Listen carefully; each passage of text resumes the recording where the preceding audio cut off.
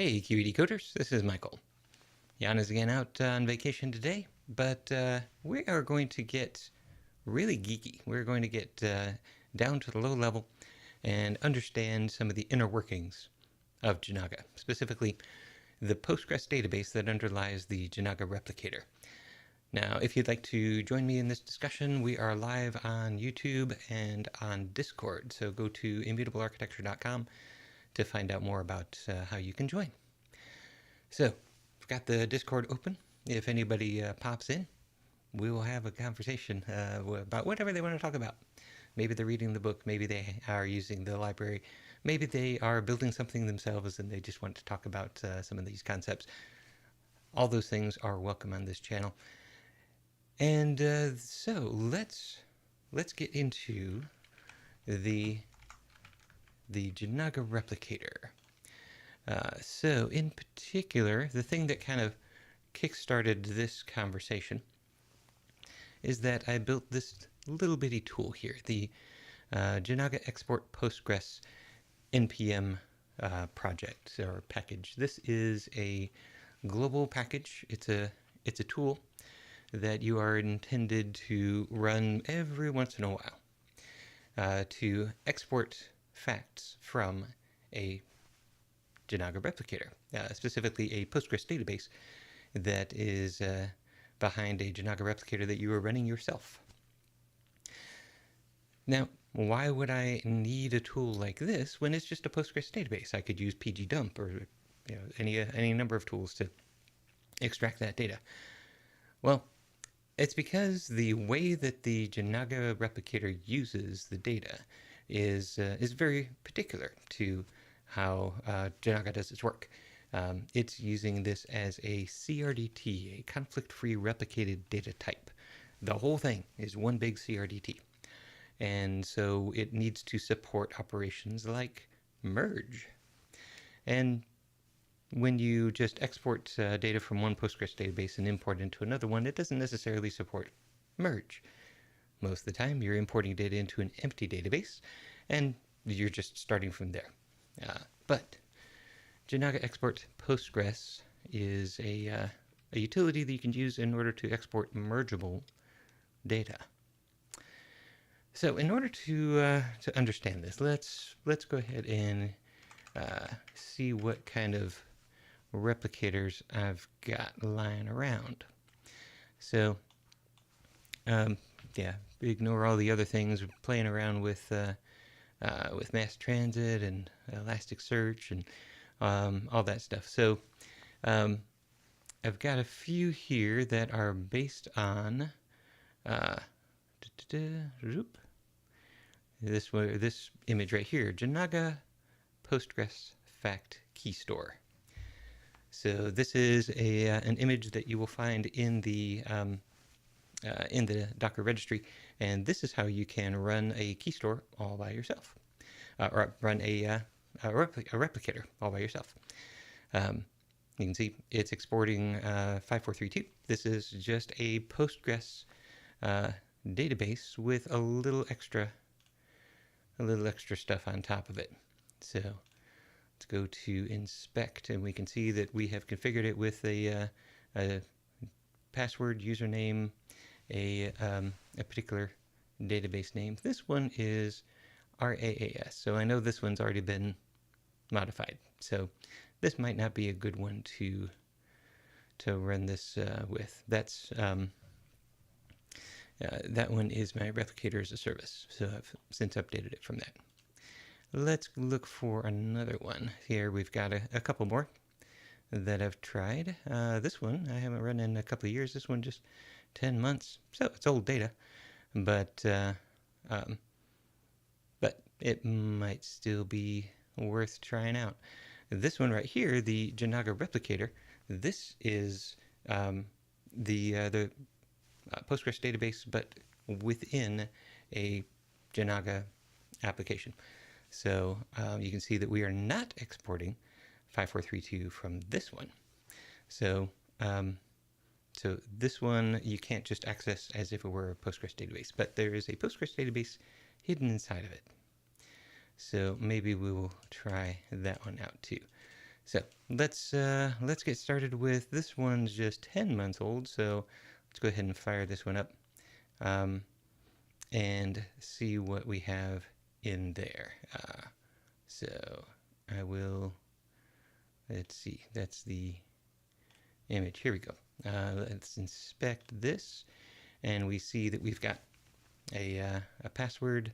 The app database is my application. Okay, this one will be a good one to try out.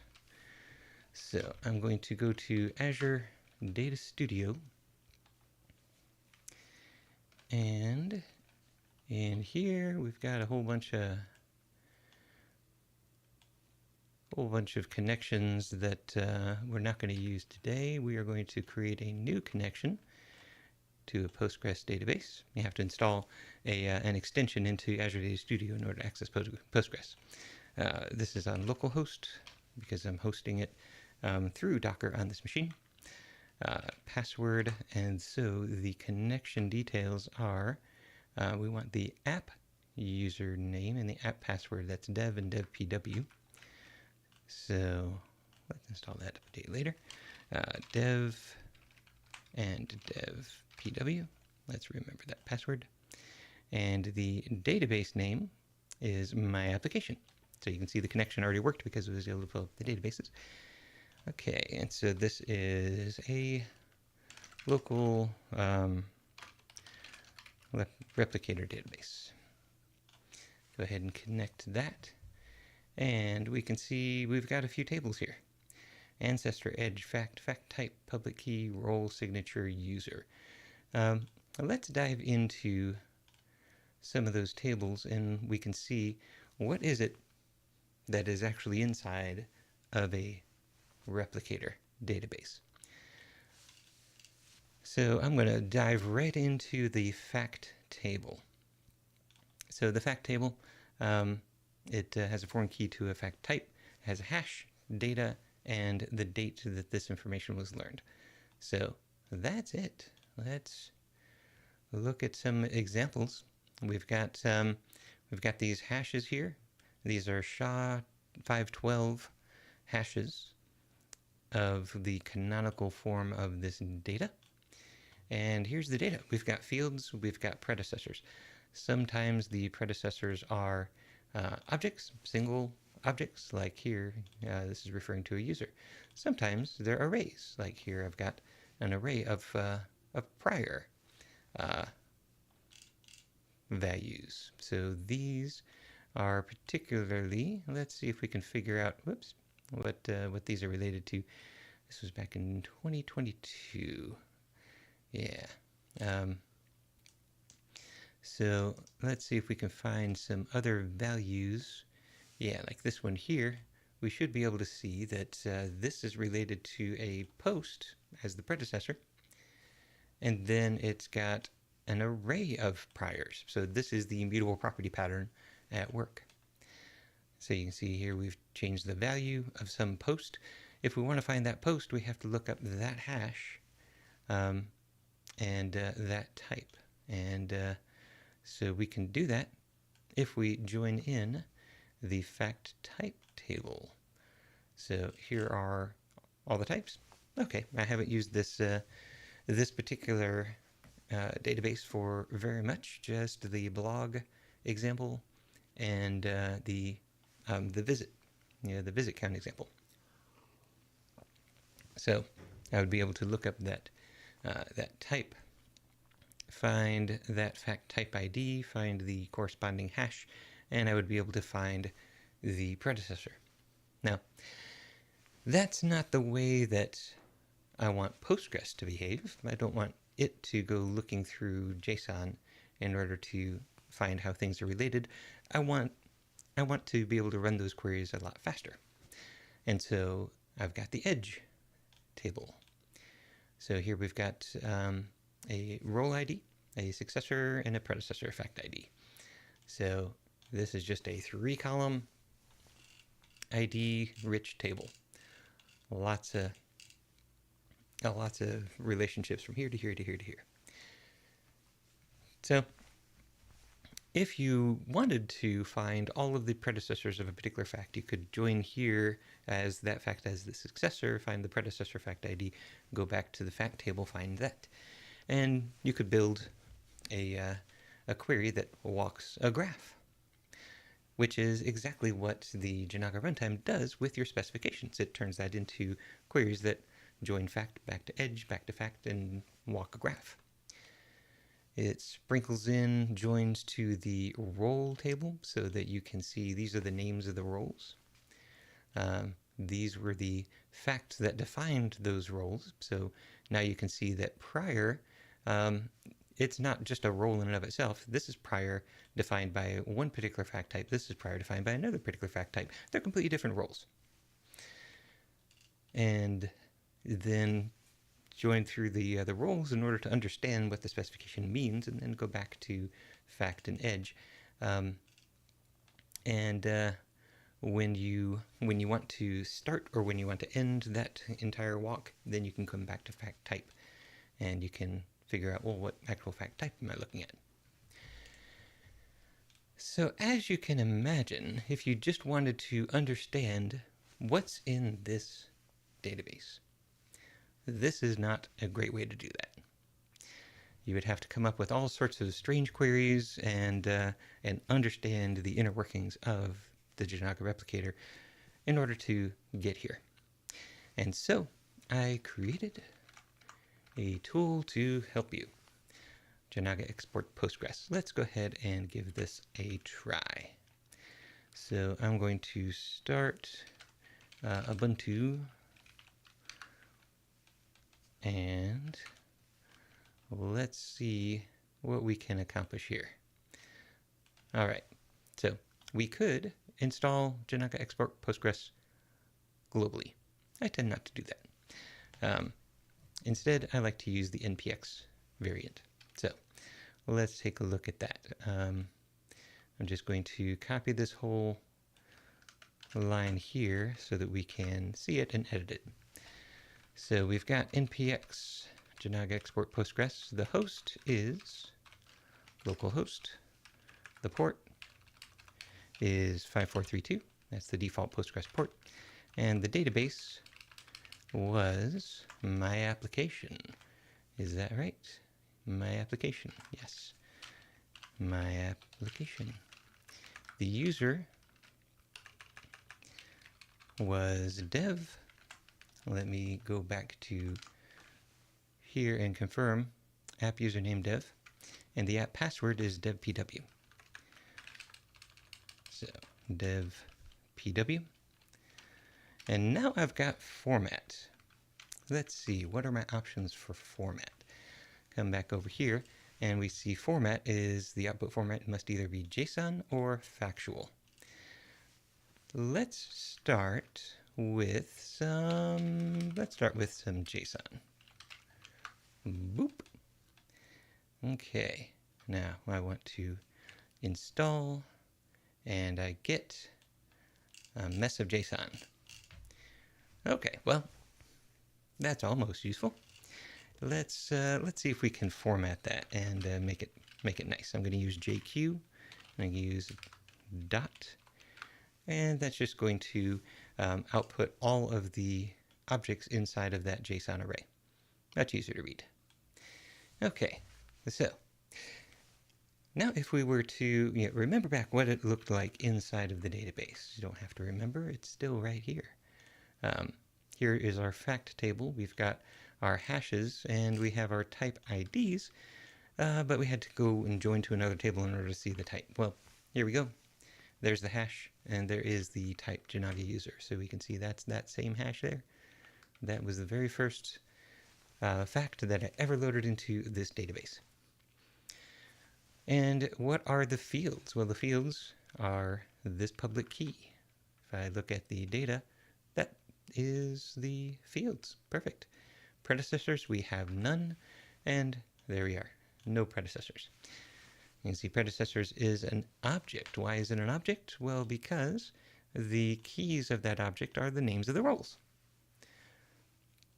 So now the very second thing that I did was I created a myApplicationUser.name because I logged in, and there was my public key, and so that carried with it some meta information about the user, and so we recorded that as a username so that other people could see who it was they were talking to.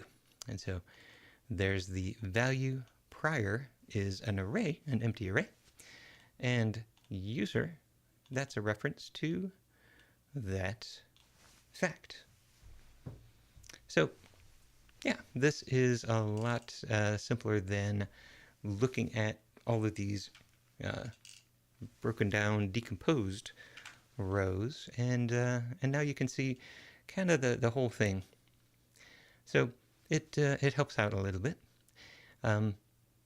It really helps out that you can use JQ in order to query the results. So here are some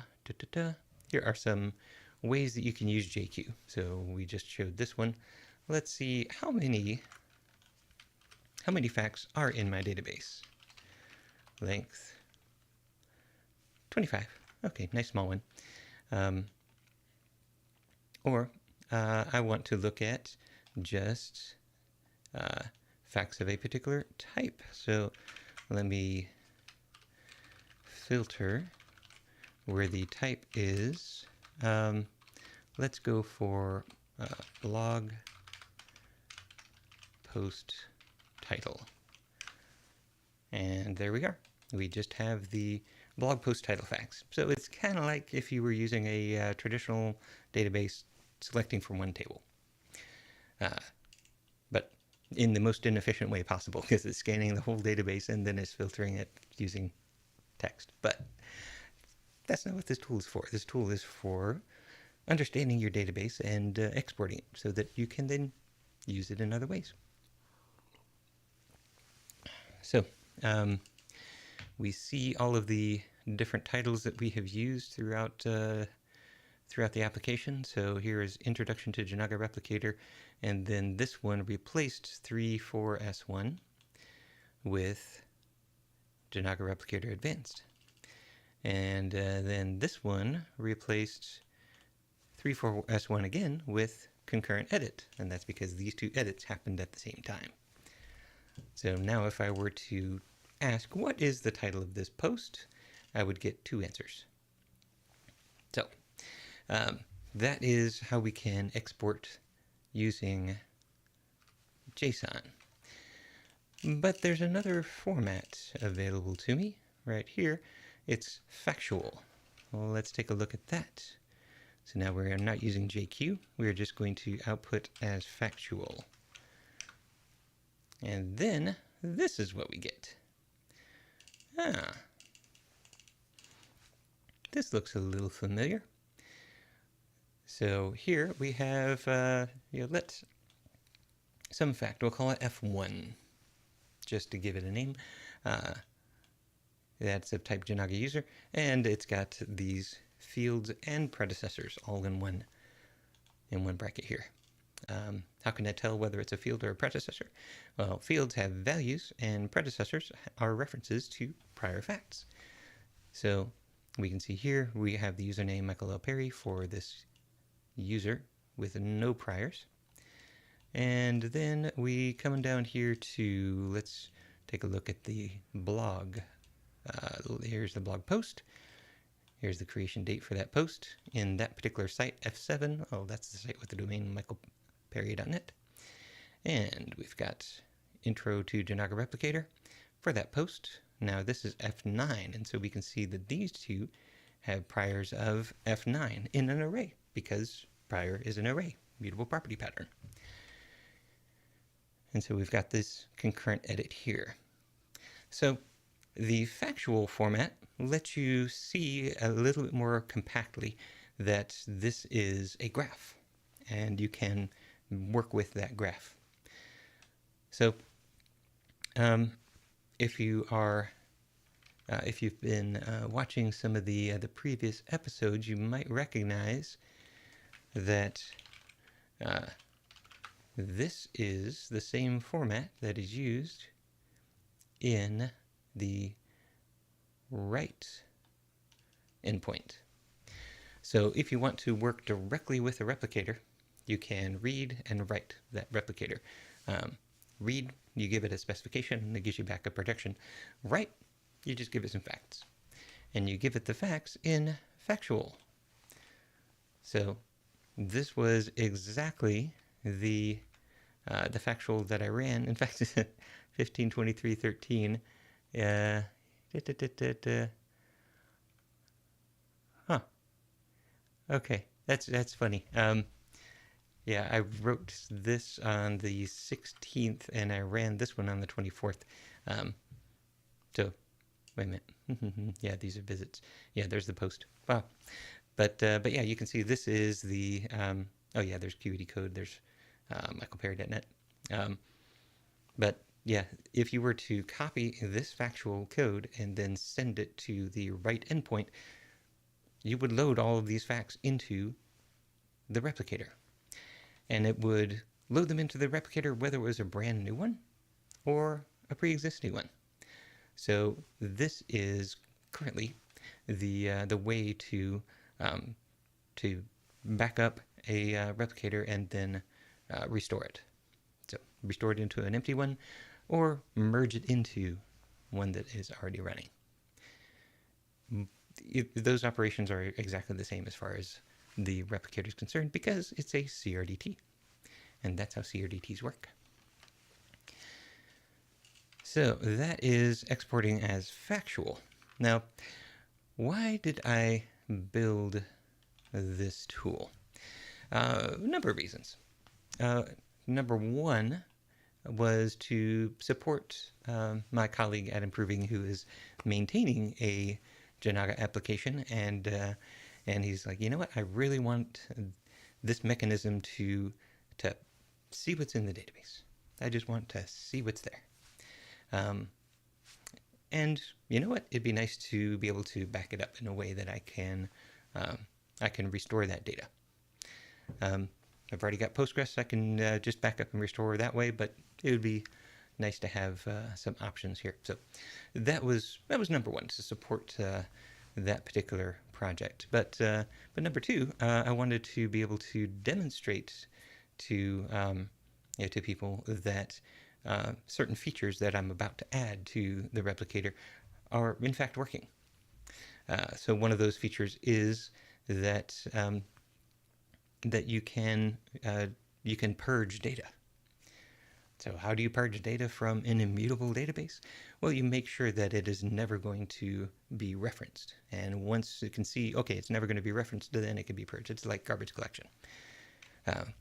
So a garbage collection language is, it's got, allocations, but no freeze. And so it's as if you were just running on a machine that had infinite memory and you didn't care about cleaning things up. But of course, behind the scenes, it is cleaning things up, but is doing so in a way that is safe, that you can't tell. If you were to change your program so that you could say, hey, does that object still exist? Then you would still have a reference to it, and then it wouldn't be garbage collected. So doing the same thing in Jinaga. There will be ways that you can say, I'm never going to be looking at this area of the database again, and then the replicator will say, I guess I can purge it. And away it goes. So this will be the way to kind of sneak around that mechanism, look at the database and say, yep, I really have purged that information. One other thing that we can do with this is export this to a file and then edit the file. So as he was developing, my colleague at Improving, as he was developing this application, he tried different models and he evolved for those models. And of course, since the schema evolution is built into Jinaga, he was able to evolve those models and keep things running. However, that left him with some data that was in the old format that was just test data, and he's like, okay, I really want to clean that up. And so this gives him the opportunity, should he choose to take it, to output to export to a file, edit the file, and then import into a brand new database. So he can manually purge data on his own. He can decide what's purged. And the really nice thing about that is it's going to be a safe purge. It's going to make sure that if you have, like for example, if I have deleted F1 but kept F2 and F3 around, and you can see a whole bunch of these are also referring back to F1. If I delete this fact but then still try to import these facts, then the import is going to fail. It's going to say, wait a minute, I can't merge that. I don't know what F1 is. Or if I'm using JSON, right now there's no way to import directly from JSON, but in the future there will be. Then at that point it'll say, okay, well here's the predecessor hash, and it'll look in the database. Well, I don't have that hash. I can't merge, so I'm going to reject it. And so this will ensure that that when you import a correct graph, a complete graph. There are no dangling edges. So that's that makes it a safe import. Now, I did say safe purge, and that's basically now that's in your hands. This actually wouldn't enforce the purge rules that I've got coming up that guarantee that these facts that you've removed are never going to be used. But since this is a merge, if you were to merge purged data back into its original source, it's like, well, I've already got these facts. The merge is the identity function. It just ends up with the same information. If you were to merge then into an empty database, you would get a complete and correct database, but now that would be a brand new replicator, and any client introduced to that replicator would think, oh, brand new replicator, let me start interacting with it. And it wouldn't expect that replicator to have had the purge data. So it's safe in that regard. It's still up to you to decide how you're going to edit and how you're going to import this. So coming up at some point in the future, so we've got the mechanism for importing this using the write endpoint. But in the future, there will be a way to take this this backed up data and then point it at a new database and just merge it in there. So there will be an export, and then there will be an import. So don't know when that's going to take place right now. He's not directly needing that. So the very next thing that he needs, and the very next thing that I'll be working on, is that purge mechanism built into the application. And so I wanted to have this in place so that he can back up his data before deploying something that will destroy data, and that we'll be able to demonstrate, yes, this really is purging data. So that is the purge mechanism, and that is what we have for the Postgres database. Now there is one other feature, one other thing that I wanted to call out in the database that we need to support in this export. Wasn't a priority for the very first round, but it will be a priority very soon, and that is signature. Let's take a look at the signature table. So the signature table is saying for a particular fact and public key, here is a signature. And here was the date that I learned about that signature. Date learned also exists on the fact table. So you can know when you learned about that fact for the very first time, but then here you can know when you learned about that signature. So far we can see every single fact ID is unique. We only have one signature per fact, but this structure allows you to have multiple signatures per fact. And in fact here, we only have one public key in the database. Here is that public key. Boom. If you pay close attention, after Jan B, we have GKQHK. Let's take a look right here. what is the public key of my user? GKQHK blah blah blah. So this is the public key of this user, stored just on its own in a public key table. And then here is the signature of how that user would sign this particular fact ID 2. So that is this user signing this fact, their username. Now, anybody who sees that signature could verify that this username did indeed come from this user. So they would do that by turning this into the canonical form and then computing the SHA-512 hash, which is how you get that original fact ID in the first place, that fact hash. But then you would run that through the the HMAC-SHA algorithm in order to verify that, not HMAC, RSA. Yeah. Anyway, so you're using RSA in order to verify the signature of that particular hash. And so only the bearer of the private key that goes along with this public key could have produced that signature. And we've got signatures for all the other facts that this particular user has signed. And so this is how we support authentication. Authorization. So some authentication mechanism, like sign in with your Apple ID or your Google ID, gives you access to this particular user. And so that gives you access to the key store that has the private key. Where's the private key? It is in the key store. Here's the user table, and that's got the key store. Here's the RSA private key. I'm not going to expand that because that's the private key. You never share the private key. And there's that public key, the same GKQHK public key.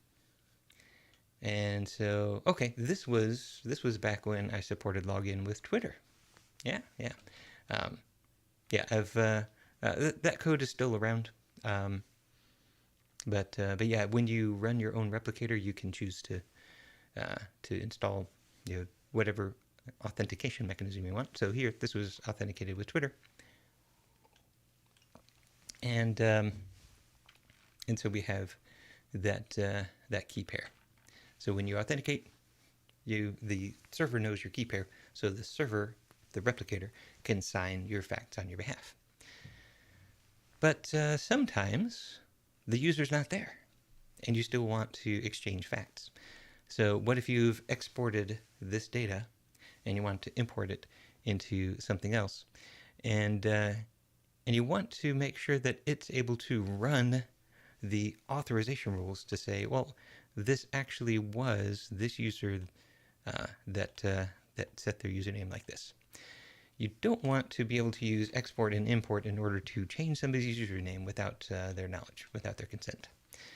And so the import mechanism will, well, first of all, the export mechanism will evolve to capture signatures.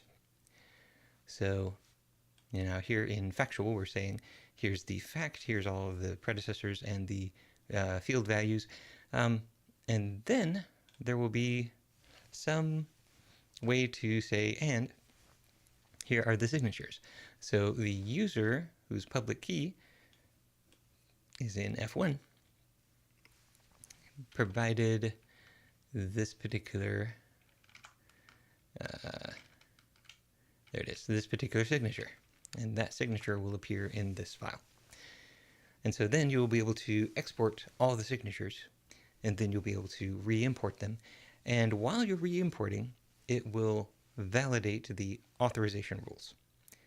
So you can be sure that that these facts were authorized. Furthermore, it would import their signatures, and you would be able to then share that information with other replicators. So that's the reason that these signatures are in there, is that replicators are connected to other replicators, and they replicate information when the user was over there at the edge. The user's not in the middle of the replication. You don't have that user's credentials. And Furthermore, this user table, this key store, is not, it's not replicated. This is kept just on their home replicator. So that's the one that they log into. That's the one that they use to authenticate themselves and then sign their facts. So I'm going to add signatures to the export, both in factual and in JSON. And then that's going to be supported on import as well. So it's going to run the authorization rules. And so that will give you a very safe way of backing up and restoring your data. It will keep the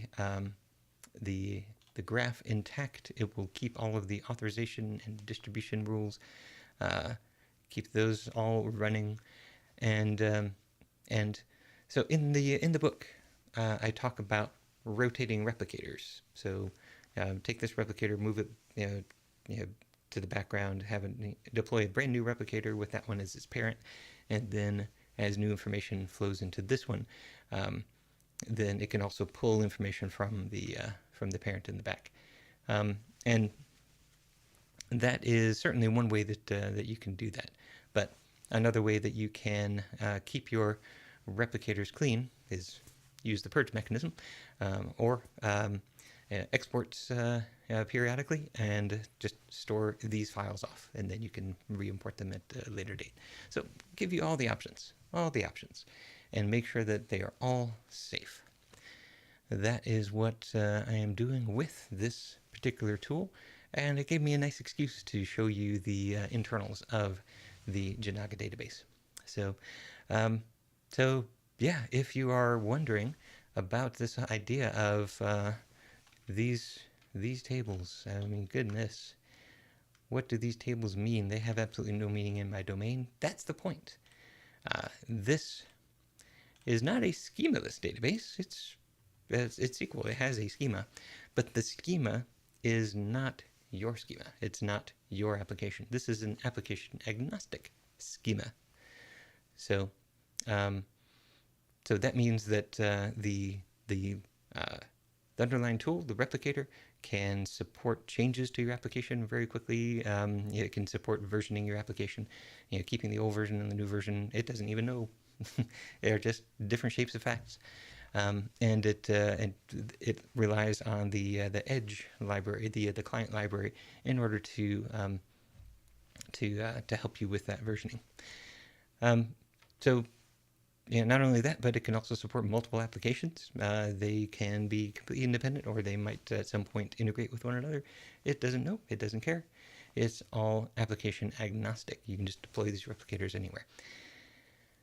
But it still has a schema, because I still rely upon the power of Postgres in order to do things like join facts to edges and edges back to facts and walk a graph. So that stuff is still valuable to the replicator runtime. So yeah, I would say this is an application agnostic database. It is not a schemaless database, but it shares some of the same benefits as schemaless databases. And that is how the replicator works under the covers. So I hope that you've enjoyed geeking out with me on this. If you want any help, then reach out at immutablearchitecture.com, join in on the discussion. And yeah, if you're building anything on your own, please let me know. I would love to see what you're doing. So until next time, I've been Michael.